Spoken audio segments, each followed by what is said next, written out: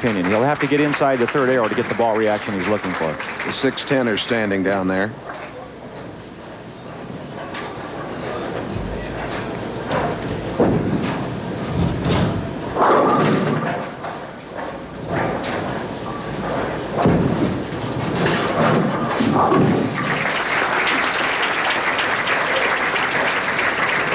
Dave Husted, 6 strikes in his first match, the victory over Kozuski. 8 strikes in the second match, the win over Bowers. Leaves the 10. He has 4 strikes in this third match. Coming up next, of course, here on NBC, the premiere of the NBA. Los Angeles at San Antonio. Marv Albert, Mike Fratello, and all the gang there for the call. The season premiere. That's except for those of you out on the West Coast. Lakers and the Spurs at the Hemisphere down in the lovely city of San Antonio, the Alamo City.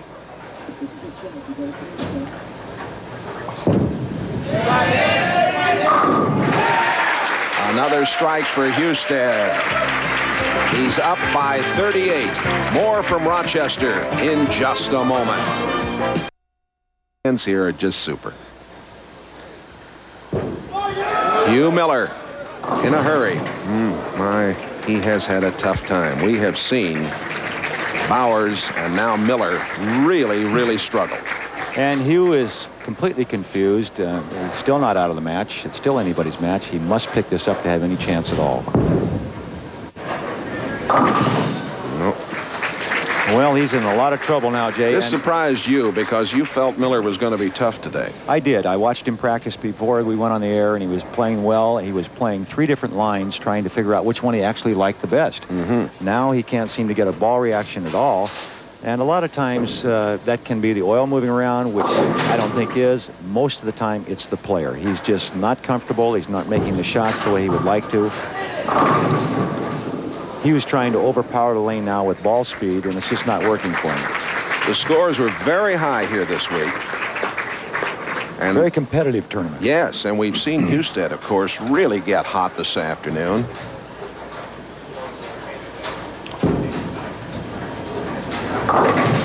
And you know, Jay, right, and you know, I talked to Hugh about making adjustments on the lanes, and he was telling me that as the lane changes, he cannot just change ball speeds or rotation and keep the ball in play. What he has to do is completely move out of that area of the lane. Now, this week, that's what he did very successfully, and he had a chance to lead the tournament. It didn't work for him today. For some reason, he's not making those kinds of adjustments. He hasn't moved out of that area. There's a good look at the style, the classic style of Dave Husted. Again, I feel very definitely a future Hall of Famer. Well, Husted struggled a little bit early on in the first match, but from that point on, he has been hot. Up by 72 pins. Here he is, that classic style that you talked about. Very much under control this afternoon. Very much so, Jay, and that's a good point. He is definitely under control, both physically and emotionally. 7 pin. Hugh's wondering, what in the world do I have to do to get a strike? Well, he's confused, and really, again, I have to say that even though he's very experienced, I think Hugh has made the wrong moves today, and that's just caused more confusion for him. And when you're confused, a one-game match ends very quickly, especially when your opponent is throwing strikes like Dave Husted. Earl, for the first time in the 6 years that we've done the fall tour, they're using a timing clock.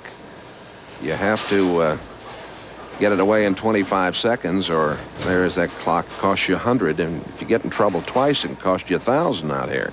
You won't find anybody getting in trouble, Jay. I'll tell you. The reason for the clock is... Look here, a strike finally. All right. It's been a long time coming. Let's take another look at that. All right, watch this. Now, he's going to throw this extremely hard, and he was capable of that, and he's really taken away the break point and gone more directly at the pocket. And with that ball speed, it kept the ball from hooking, and he kept it in there. I'm sure this is a very, look at him, a very disappointing day for Hugh.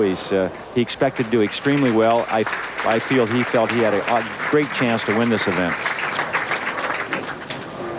He's got a 247 leave. He's going to be somewhere in the 160 area. 164. Very disappointing showing for Hugh Miller. He's going to win $8,000 for his third place finish. And Husted just keeps rocking and rolling.